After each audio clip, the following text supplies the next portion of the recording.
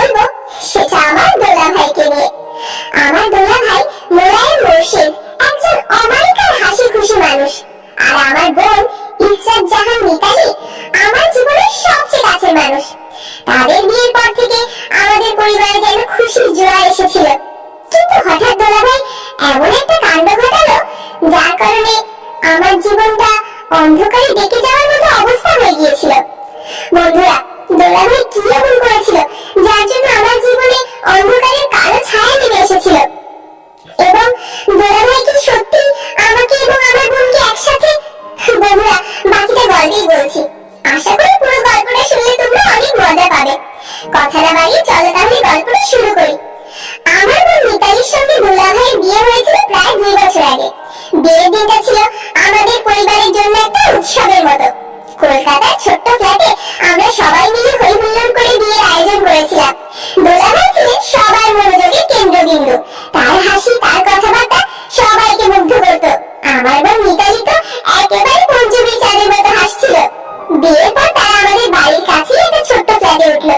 আমি প্রায়ই তাদের বাড়িতে যেতাম আর দোলা ভাইয়ের সঙ্গে গল্প করে সময় কাটাতাম। দোলা ভাই আমাকে সবসময় একটা বোনের মতোই দেখতেন। আমি যখনই তাদের বাড়িতে যেতাম দোলা ভাই আমার জন্য কিছু না কিছু নিয়ে আসতেন। কখনো বাজার থেকে আমার পছন্দের চকোলেট, কখনো ছোট্ট কোনো উপহার। তিনি বলতেন, দিশা, তুমি হাসি খুশি থাকলে আমার মন ভালো থাকে। আমিও তাতে মজা পেতাম। দোলা ভাইয়ের এই স্নেহ আমার কাছে ছিল একটা বড় ভাইয়ের মতো। আমি ভাবতাম আমার বোন সত্যিই ভাগ্যবান এমন একজন স্বামী পেয়েছে। দোলা ভাই আর মিতালির সংসার ছিল সত্যিই সুখে। দোলা ভাই একটা ছোট ব্যবসা চালাতেন আর মিতালি স্কুলে শিক্ষকতা করত। দুজনের মধ্যে ছিল অদ্ভুত একটা বোঝাপড়া। কখনো ঝগড়া হলো দোলা ভাই হাসি মুখে সেটা মিটিয়ে ফেলতেন। আমি যখন তাদের বাড়িতে থাকতাম দেখতাম দোলা ভাই কিভাবে মিতালিকে ছোট ছোট জিনিস দিয়ে খুশি করতেন। একদিন দেখলাম দোলা ভাই মিতালির জন্য তার পছন্দের লাল শাড়ি কিনে এনেছেন।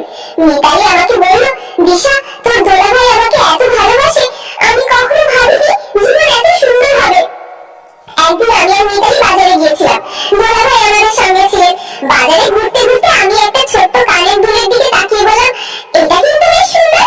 দোলা ভাই হেসে বললেন, তাহলে এটা তোমারই হবে দিশা। আমি হেসে বললাম, না না দোলা ভাই, আমি এমনি বললাম। কিন্তু দোলা ভাই জোর করে সেই দুলটা কিনে আমাকে দিয়ে দিলেন। মিতালিও হাসছিল, বলল, তোর দোলা ভাই তোকে এত ভালোবাসে দিশা। আমার মনে হলো আমি সত্যি ভাগ্যবান এমন একজন দোলা ভাই পেয়েছি। কিন্তু একদিন একটা ছোট্ট ঘটনা আমার মনে একটু অস্বস্তি জাগালো। আমি তাদের বাড়িতে বসে গল্প করছিলাম। মিতালি রান্নাঘরে ছিল। দোলা ভাই হঠাৎ বললেন, দিশা, তুমি যখন হাসো পুরো ঘরটা যেন আলো হয়ে যায়। আমি হেসে বললাম, দোলা ভাই, আপনি তো আমাকে লজ্জা দিচ্ছেন। কিন্তু তার চোখে একটা অদ্ভুত দৃষ্টি ছিল যেটা আমি আগে কখনো লক্ষ্য করিনি। সেই দৃষ্টি আমার মনে একটা অস্বাভাবিক অনুভূতি জাগালো। আমি ভাবলাম হয়তো আমি বেশি ভেবে ফেলছি। সেদিনের পর থেকে আমি একটু খেয়াল করলাম দোলা ভাই মাঝে মধ্যে আমার দিকে একটু বেশি সময় ধরে তাকান। তার কথাবার্তা যেন একটু বেশি মনোযোগী। আমি বুঝতে পারছিলাম না এটা কি আমার মনের ভুল নাকি সত্যিই কিছু একটা আছে। আমি বুঝতে পারছিলাম না এটা কি আমার ভুল বোঝাবুঝি নাকি সত্যিই কিছু একটা আছে।